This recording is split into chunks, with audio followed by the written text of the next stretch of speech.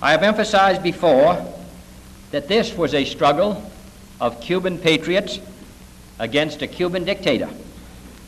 While we could not be expected to hide our sympathies, we made it repeatedly clear that the armed forces of this country would not intervene in any way. But let the record show that our restraint is not inexhaustible.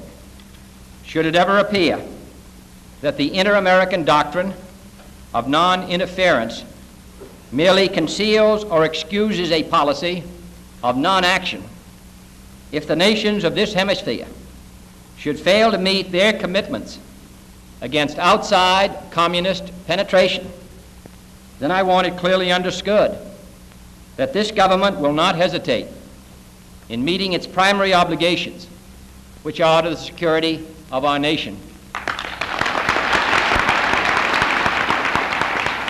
Should that time ever come, we do not intend to be lectured on intervention by those whose character was stamped for all time on the bloody streets of Budapest.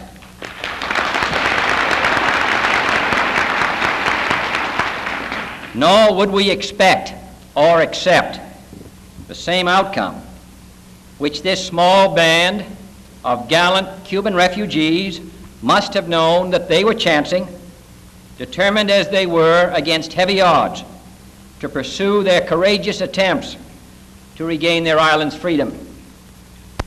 It is not the first time that communist tanks have rolled over gallant men and women fighting to redeem the independence of their homeland.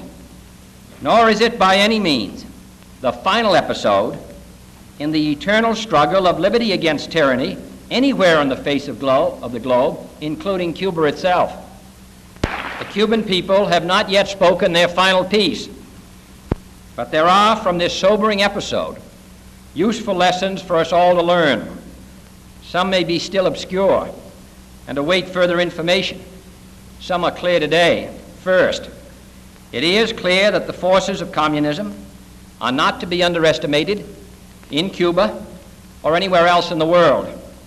The advantages of a police state, its use of mass terror and arrest to prevent the spread of free dissent, cannot be overlooked by those who expect the fall of every fanatic tyrant.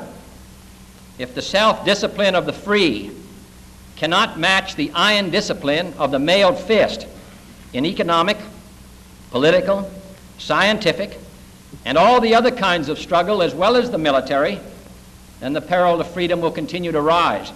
Secondly, it is clear that this nation, in concert with all the free nations of this hemisphere, must take an ever closer and more realistic look at the menace of external communist intervention and domination in Cuba. The American people are not complacent about Iron Curtain tanks and planes less than 90 miles from their shore.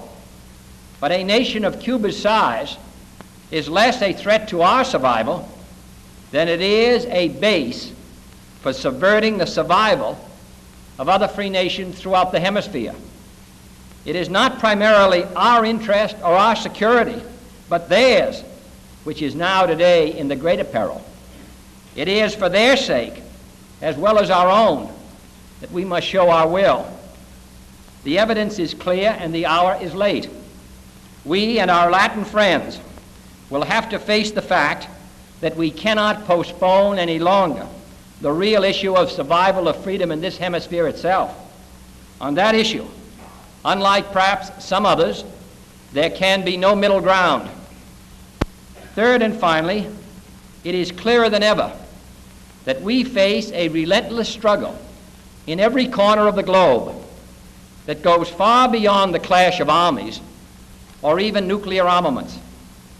Those who on instruction staged automatic riots in the streets of free nations over the efforts of a small group of young Cubans to regain their freedom should recall the long roll call of refugees who cannot now go back to Hungary, to North Korea, to North Vietnam, to East Germany, or to Poland. or to any of the other lands from which a steady stream of refugees pours forth in eloquent testimony to the cruel oppression now holding sway in their homeland. No other challenge is more deserving of our every effort and energy. Too long we have fixed our eyes on traditional military needs, on armies prepared to cross borders, on missiles poised for flight. Now it should be clear that this is no longer enough, that our security may be lost piece by piece, country by country, without the firing of a single missile or the crossing of a single border. We intend to re-examine and reorient our forces of all kinds, our tactics, and our institutions here in this community.